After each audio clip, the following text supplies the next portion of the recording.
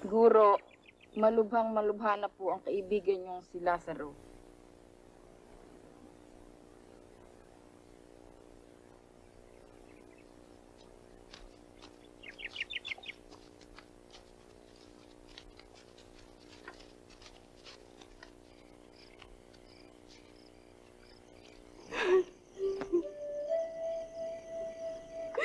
Maria, Maria, dumarating ang guro. Asikasuhin mo sila at ipagluluto ko sila ng kanilang makakain.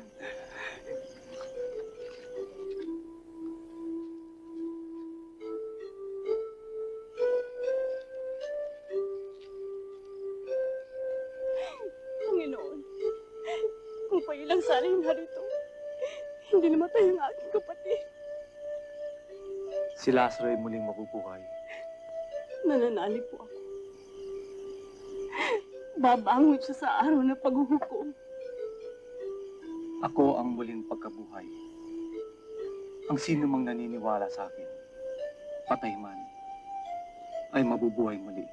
At ang nabubuhay at naniniwala ay hindi mamamatay kailanman. Halika, gisingin natin si Lazaro.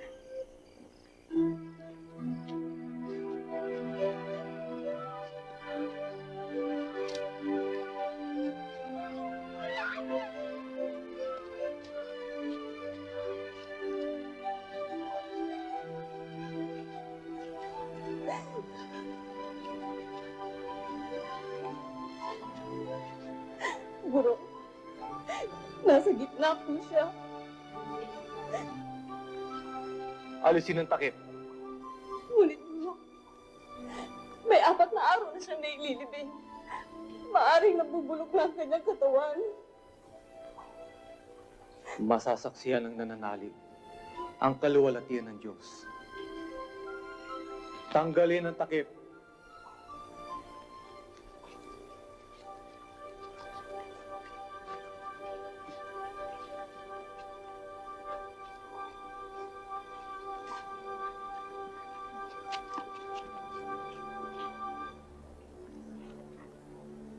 Dakilang Ama, salamat. At ngayon pa lang, ay dinidinig niyo ang aking panalangin. Ibigay niyo sa mga naririto ang paniniwalang ako ang pagkabuhay na maguli.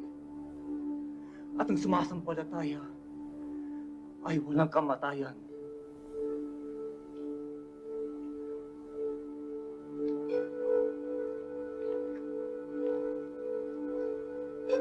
Lazaro! Tumindig ka!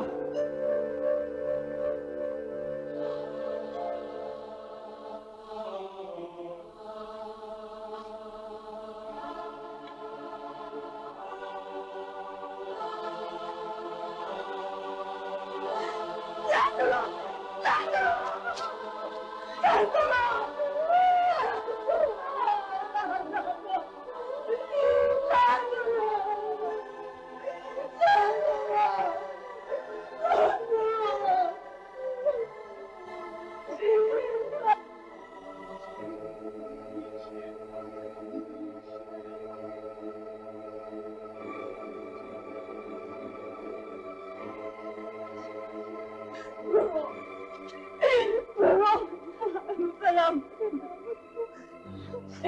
Maraming salamat. Maraming salamat.